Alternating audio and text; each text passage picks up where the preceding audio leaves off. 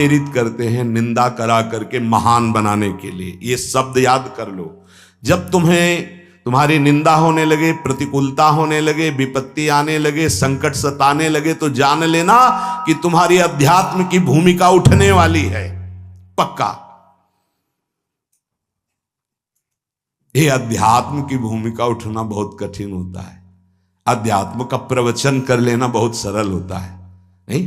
हाँ, चमड़ी को चिकनी करके और अध्यात्म का प्रवचन करने में कोई कठिनता नहीं, लेकिन चमड़ी और दमड़ी का राग मिटा दे, फिर अध्यात्म की तरफ चले, ये किसी फक्कड़ महात्मा का कृपा पात्र ही होगा जो फकीर होगा, जिसने विश्व की समस्त भोग वासनाओं को रौंद करके अपने स्वरूप में स्थित हो गया। ऐसे महात्मा के संग के बिना अध्यात्म का रंग नहीं चढ़ सकता, और देखने को मिल रहा है।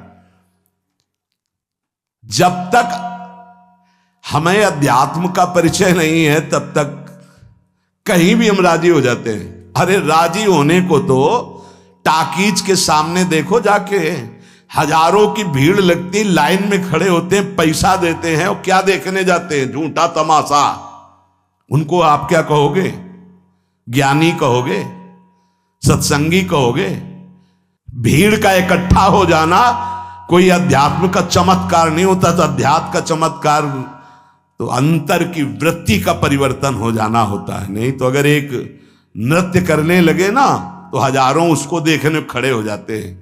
फिर 14 संगीत बज रहे हैं, फिर इसके बाद अगर हजारों ये बैठे मनोरंजन कर रहे हैं तो इनका कोई महत्व तो नहीं। अगर एक महात्मा कह देता है कि तुम वास्तविक भगवत मार्ग के पथिक हो तो धन्य हो गया जीवन, और 1 करोड़ लोग कह दें कि परमार्थ का पथिक है तो मान्यता नहीं मानी जाएगी। ये अध्यात्म है, अध्यात्म। इसीलिए कह रहे हैं कि सांसारिक पुरुषों की संगोष्ठी में रति न करे। तीसरी, अपनी जब कोई निंदा करे तो उसका भला जरूर मना देना, बुरा मत मना देना, नहीं तो अध्यात्म छूट जाएगा। अपने पास सामर्थ्य होने पर नीचापमानम सुधा, वो नीच है, हम उस पर शासन कर सकते हैं, पर उसके द्वारा किए हुए अपमान को सह गए और अंदर से मनाया, भगवान तुम्हें सुखी रखे, स्वस्थ रहो, और कभी भी हम आपका विरोध नहीं करेंगे। जब अवसर मिले तब फिर हमारी निंदा करना। भगवान तुम्हें स्वस्थ रखे, तुम्हारा कभी अमंगल न हो। ध्यान रखना, अध्यात्म। चौथा, अपने मुख से कभी किसी की निंदा ना करना। निंदा व्यक्तिगत नाम लेकर के की जाती है, सिद्धांत सार्वभौम वर्णन होता है। जैसे यहां हम कह रहे हैं, वो निंदा सिद्धांत के विपरीत आचरण में जो चलते हैं उनकी है। कौन है? नाम नहीं है, रूप नहीं है। सिद्धांत में चलना एक ये मार्ग, सिद्धांत से बिलक चलना ये पाखंड है। पाखंड और दंभ की निंदा होती, और सत्य की कोई निंदा करे तो वो प्रकाशित होता है। सत्य निंदा से ढकता नहीं। जैसे कोहरा थोड़ी देर के लिए सूर्य को ढकने का नाटक कर सकता है, लेकिन सूर्य जब प्रकाशित होगा तो कोहरे की धज्जियां उड़ जाएंगी। 5वां, मान लेने की इच्छा का त्याग करके अपने समीप जो भी आवे, छोटा बड़ा सबको प्यार और मान देना। ये 8 अच्छे उपासक में सब लक्षण पाए जाते हैं। दूसरों को मान देने का स्वभाव रखना, चाहे छोटा बच्चा ही क्यों न हो।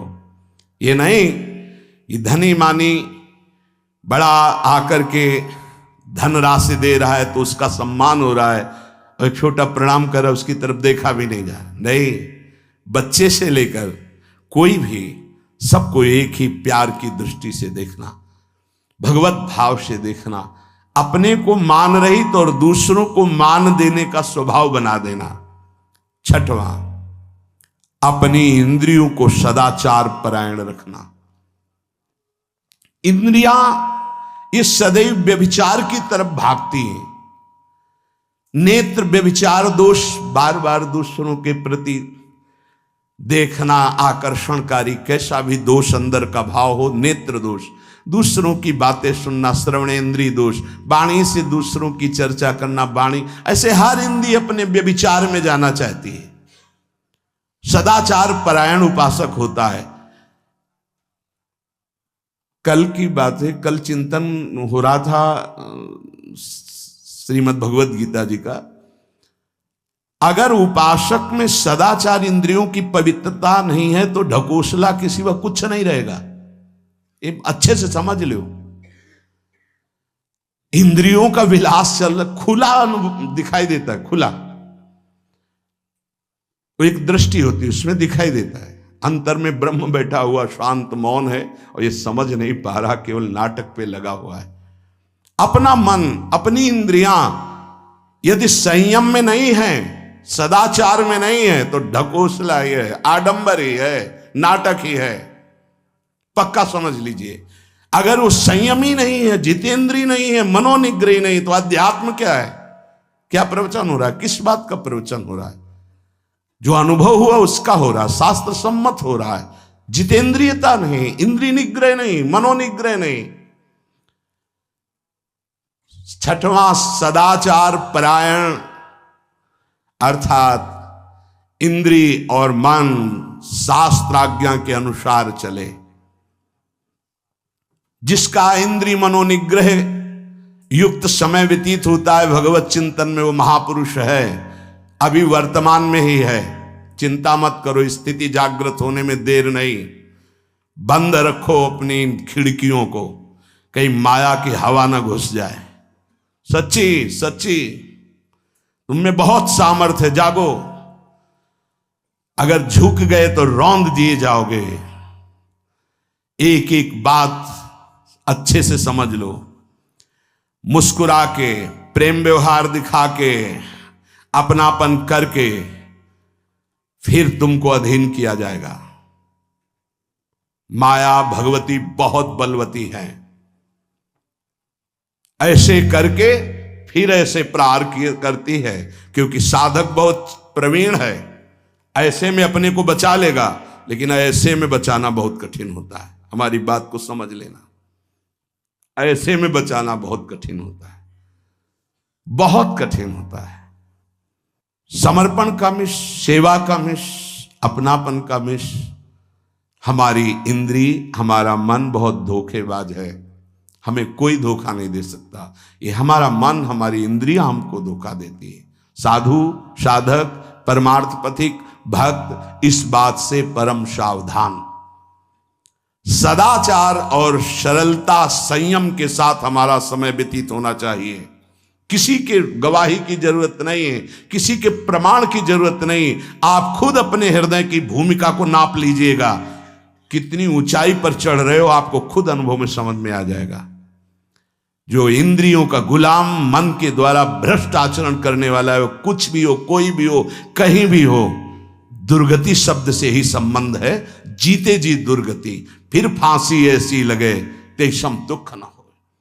सच्ची मानना, जब गलत हो जाता है आचरण, तो अपना मन अपने को कहता है नष्ट कर दो, ये जीवन किस काम का। होश में हमारे शब्दों को ध्यान से सुनना। जब इतना गलत हो जाता है तो अपना चेहरा अपने को पसंद नहीं आता, और अपना जीवन अपने को पसंद नहीं आता, और अपने अंदर से मन कहने लगता है नष्ट कर दो इस शरीर को। फिर वो जो आगे की लीलाएं होती हैं, अच्छा ऐसा हुआ, फांसी लगा ली, जहर खा लिया, ये कर लिया, वो कर लिया। वो इन्हीं इंद्रिय और मन की फिसलन को नहीं सह पाया।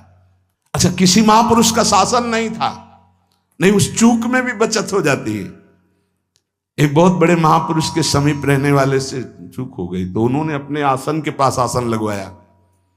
सब साधुकों ने कहा कि बहुत बदनामी होगी, क्योंकि आपका नाम आगे है और वो आपके आश्रित है, ऐसा है किसी महापुरुष के।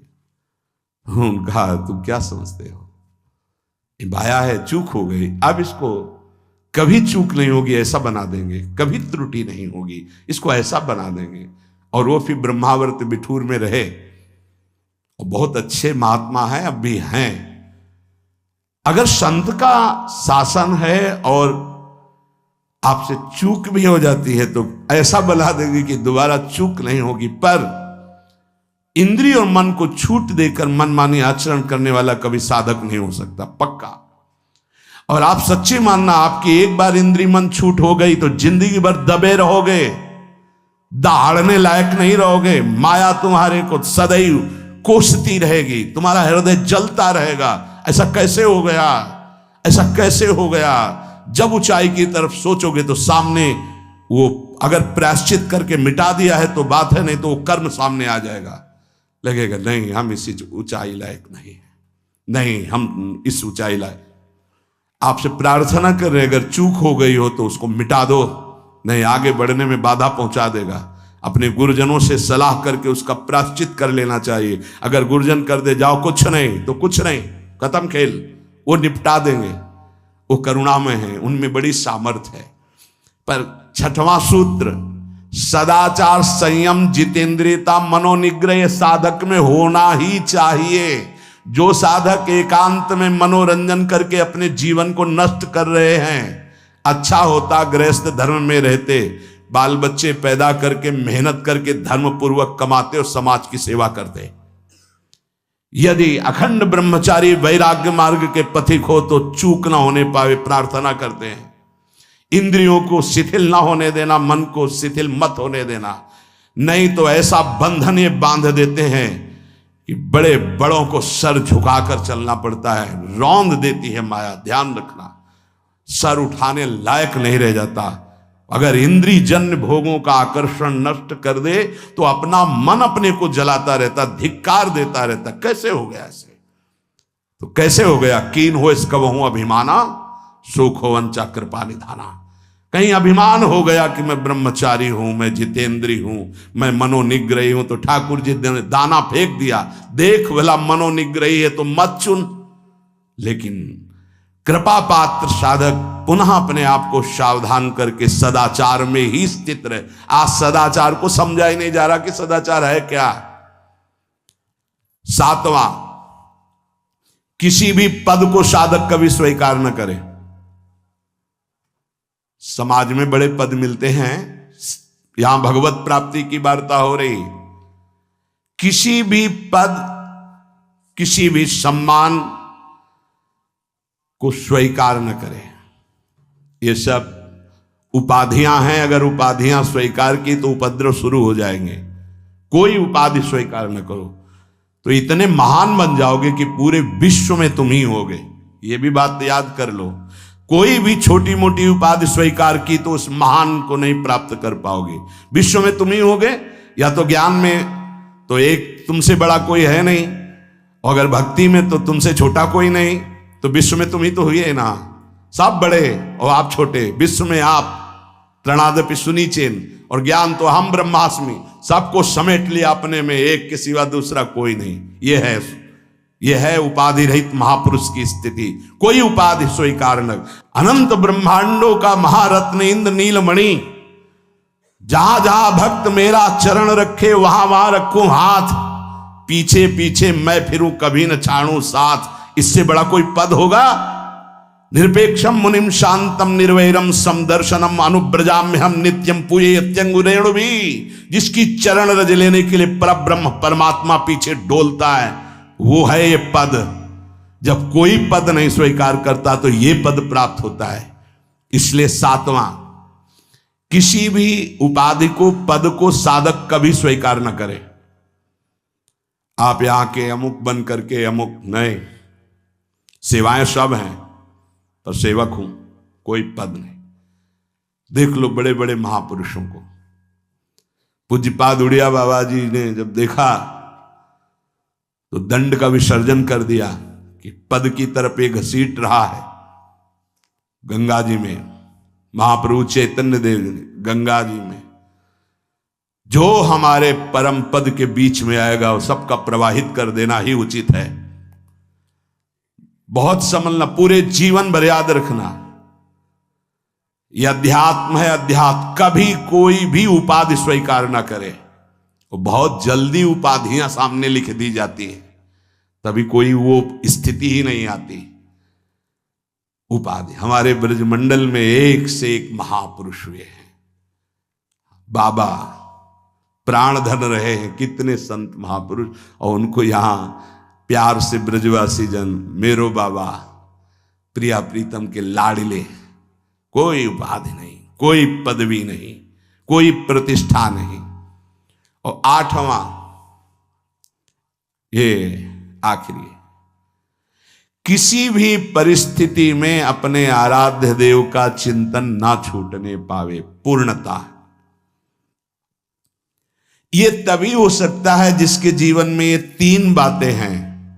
आखिरी वाली बात, किसी भी परिस्थिति में अपने लक्ष्य का चिंतन न छूटने पावे, ये 3 बातें जिसके जीवन में है तो ये आखिरी बात पूर्ण होगी। आखिरी और पहली 2 बहुत जोर की बात थी।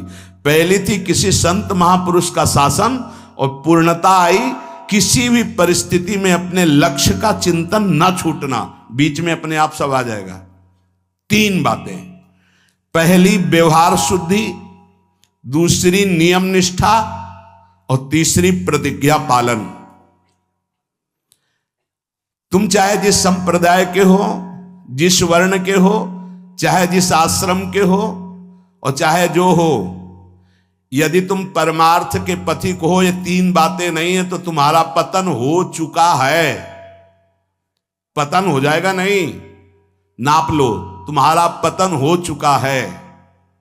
पहला, व्यवहार शुद्धि। आपका जीवन किस मार्ग का पथिक है?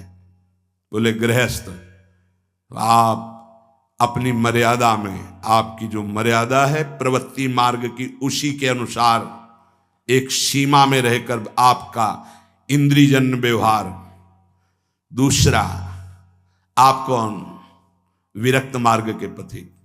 अब विरक्त मार्ग के पथिक के बहुत से रास्ते हैं, संन्यास, योग मार्ग, अमुक अमुक अमुक अमुक, लेकिन हर निवृत्ति मार्ग का एक ही उपदेश है, उसका व्यवहार शुद्ध होना, इंद्रिय संयम, मनोनिग्रह।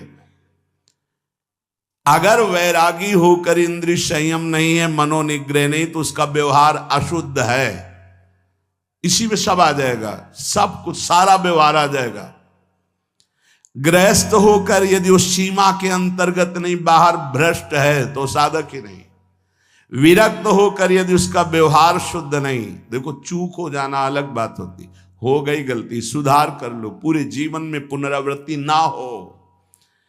हमारी आखिरी श्वास तक भगवत प्राप्ति का रास्ता शास्त्र देता है। अगर आपसे चूक हो गई, अभी तक समय बर्बाद हो गया, अब सुधार लो, अब बना लो। बहुत बड़ी फिसलन माया की है।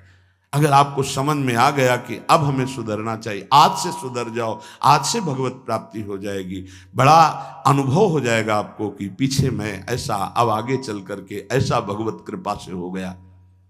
व्यवहार शुद्धि। व्यवहार शुद्धि, एकांत शुद्ध। एकांत बहुत पवित्र होना चाहिए। व्यवहार प्रगट में जब समाज में होगे तो है ही। ये बात बार बार हम इसलिए बोल रहे हैं कि परमार्थ का पथिक बाहरी व्यवहार की शुद्धि तो दिखा देता है, लेकिन आंतरिक बहुत अशुद्ध आचरण होते हैं। इसीलिए अध्यात्म की उन्नति नहीं होती। आपका शरीर पवित्र, आपके विचार पवित्र, आपका मन पवित्र, तब आप परम पवित्र भगवान से अपनापन कर पाएंगे। ध्यान रखना, आपका शरीर अपवित्र, आपके विचार अपवित्र, आपका मन अपवित्र, आप ऐसे ही भगवत प्राप्ति कर लेंगे। जहां मन आया वहां खा लिया, जो मन आया वो देख लिया, जो मन आया वो छू ले, ऐसे भगवत प्राप्ति हो पाएगी। ये जो हमारा मन भजन में लेकर, होटलों में खाओगे, भजन में मन लगेगा, अशुद्ध आहार करोगे, मनमानी व्यभिचार प्रवृत्तियों का दर्शन, संभाषण और क्रिया करोगे, और तुम्हारा मन सच्चिदानंद प्रभु में लग जाएगा। तमाशा समझा है, तमाशा समझ लिया अध्यात्म में मन को लगाना। आहार शुद्ध नहीं, विचार शुद्ध नहीं, आचरण शुद्ध नहीं, 4 लोग बैठे हैं, उसी में अपनी इंद्रियों को बार बार तुम आकर्षण, शरीर आकर्षण की तरफ ले जा रहे, दिखाई नहीं दे रहा है क्या स्थिति तुम्हारी? बात करेंगे, ब्रह्म ज्ञान के नीचे बात ही नहीं। अरे कुछ नहीं है। संयम से चलो, सदाचार से चलो, पवित्रता से चलो, तो कोई संशय ही नहीं रह जाएगा। पर संयम, सदाचार, पवित्रता, ये सब केवल ग्रंथों में लिख रहे हैं, पर अपने तो सौभाग्यशाली है ना, चल सकते हैं। अपने को अवसर मिला है। जो नहीं चल पा रहे हैं वो कम से कम सुन तो रहे हैं, चलने की तैयारी कर रहे हैं। लेकिन आप लोग तो चलने की तैयारी नहीं, चल चुके हैं। आप अपने को बचा लीजिए, आप अपने को संभाल लीजिए। पूज्य बाबा कह रहे हैं व्यवहार शुद्धि, नियम निष्ठा, प्रतिज्ञा पालन नहीं तो वो पतित हो चुका है, पतित हो जाएगा नहीं, पतित हो चुका है। दूसरा है नियम निष्ठा, जो तुम्हें गुरु ने दी है या स्वयं धारण की है, दोनों बातें होती। जब कितना, कौन कौन सी दिनचर्या के नियम, कितना पाठ, क्या सेवा, इनका नियम होता है। हमारा नियम है इतने बजे उठ जाना, हमारा नियम है ये पाठ करना, हमारा नियम है ये करना। उन नियमों को कोई देखे ना देखे हमें प्राणपण से पालन करना है। अपनी दिनचर्या में इतना पावर है कि जहर भी समन हो जाएगा। मीरा जी का समन हो गया ना, तो आप कहोगे वो तो मीरा जी थी, तो मीरा जी में क्या था? मेरे तो गिरधर गोपाल दूसरों कोई, लाओ तुम भी मीरा जी बन जाओगे। मेरे तो गिरधर गोपाल दूसरों न कोई, तो जहर जिससे प्रकट हुआ है, जहर भी तो उसी से प्रकट हुआ है ना, परमात्मा तत्व से ही, तो औषधि भी उसी से है। धन्वंतरी जी ने शोध करके कहा अच्युत गोविंद हरि, इन नामों को जो निरंतर जपता है कोई प्रभाव नहीं डाल सकता, विरोधी भाव कोई प्रभाव नहीं डाल सकता। समस्त औषधियों की परम औषधि भगवन नाम। मीरा जी की जिह्वा पे नाम, हृदय पे नाम, प्रहलाद जी की जिह्वा पे नाम, हृदय पे नाम। का बड़े बड़े सर्पों से डसवाया, विष पिलवाया प्रहलाद जी को। क्या तुम इसी महामहिम मार्ग के पथिक बने हो, जिसमें प्रहलाद जी चले, जिसमें देवर्षि नारद जी हैं, जिसमें बड़े बड़े महापुरुष हैं, उसी मार्ग के पथिक हो। हम में कमी ये हो गई कि हम वैसे नहीं चल रहे जैसे चलना चाहिए। नियम पर बहुत ध्यान दीजिए। अगर नियम है 1:45 बजे उठने का, स्नान का, तो 1:45 बजे ही उठना चाहिए, 2 नहीं बजना चाहिए। ये नियम में बहुत बड़ी ताकत होती कि आपके नेत्र फट से खुलेंगे, घड़ी में तो 1:45 ही होगा। अपने तो 1:45 तो स्नान करने के लिए निकल जाते। नियम निष्ठा, जप का, पाठ का, श्री जी की सेवा का, ये सब नियम, खान पान, ये सब नियम के। हमारा नियम है हम इतना पाएंगे बस, हमारा नियम हम ये नहीं पाते। हमारा नियम है हम इतना सोते, इतना जगते। इस वजह साधक का नियम, नियम निष्ठा और प्रतिज्ञा पालन, इसमें चूक नहीं होनी चाहिए। इसमें चूक हो जाती है, इसलिए सुकृत नष्ट हो जाते हैं। जैसे कहा गया आज के बाद हम ये नहीं करेंगे, कुछ न कुछ साक्षी किया जाता है। मैं गुरुदेव को साक्षी, मैं आराध्य देव को साक्षी, या मैं इस समय को साक्षी करके कहता हूं, या देवता साक्षी हैं। जैसे भीष्म जी ने कहा समस्त दिशाएं और लोकपाल समस्त देवता साक्षी हैं, मैं आज नियम लेता हूं, आज जीवन अखंड ब्रह्मचारी रहूंगा। ऐसे कुछ प्रतिज्ञाएं होती हैं जिनको कसम कहते हैं। ये आजकल के लोग सुबह कसम खाए, शाम के तोड़ दिए, या मंगल को खाए, बृहस्पति को तोड़ दिए। इनकी बड़ी दुर्दशा है, सुकृत नष्ट हो जाते हैं, अपने लोगों से बड़ी गलती हो जाती। सहसा कोई प्रतिज्ञा करो मत। हम प्रयास कर रहे हैं, छोड़ देंगे, हम प्रयास करते हैं ऐसा नहीं करेंगे, हम प्रयास करते हैं ऐसा। प्रतिज्ञा अगर ले लो तो ये ध्यान रखो कि आपके पुण्य नष्ट हो जाएंगे यदि प्रतिज्ञा आपने तोड़ दी। कसम, प्रतिज्ञा, ये सब एक ही बात कही जाती है। तृण छू के शपथ पूर्वक मैं कहता हूं कि आज के बाद ऐसा कभी नहीं, या सामने किसी भगवान मंदिर में आज के बाद में ऐसा, या गुरुदेव, अब तो देर नहीं लगता, कसम खा लेते हैं, तोड़ लेते हैं। हमारी प्रार्थना है मत खाना कभी कसम, कसम नहीं खानी चाहिए, प्रार्थना है। आपसे कोई कहता कसम खाइए, छोड़ दीजिए, नहीं कसम नहीं खाऊंगा, पर प्रयास करूंगा आज के बाद बिल्कुल नहीं ऐसा हो, पूरा प्रयास करूंगा। प्रयास सफल होगा फिर हम आपसे कसम खा लेंगे। अभी हमें कुछ महीने के लिए छूट दीजिए, मैं बिल्कुल नहीं करूंगा, पर कसम नहीं खाऊंगा, प्रयास कर रहा हूं। कसम ऐसे मत खाओ, प्रतिज्ञा ऐसे मत लो। यदि प्रतिज्ञा ले ली तो चाहे प्राण निकल जाए, अब नहीं। ये ध्यान कर लीजिए। अगर 3 बातें साधक में हैं तो परिपक्व अवस्था आने में देर नहीं लगेगी, 8 लक्षण आ जाएंगे। पहला, व्यवहार पवित्र शुद्ध।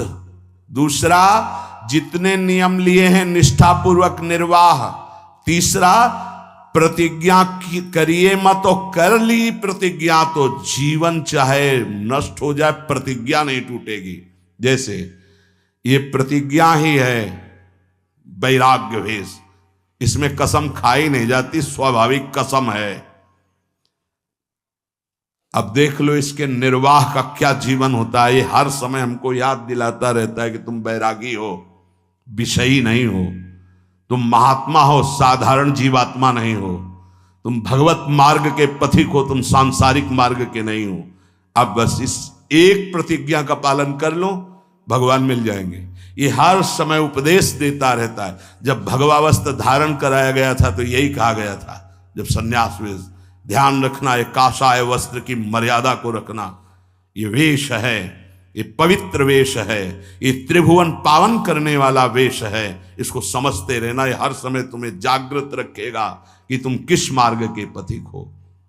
तो आज के सत्संग का जो सार सूत्र, संत महापुरुषों का आश्रय, उनका शासन स्वीकार करना, सांसारिक पुरुषों से मित्रता न करना, ना सांसारिक चर्चा संगोष्ठी करना, किसी जो हमारी निंदा कर रहा है किसी भी तरह से उसको कष्ट देने की भावना ना बनना,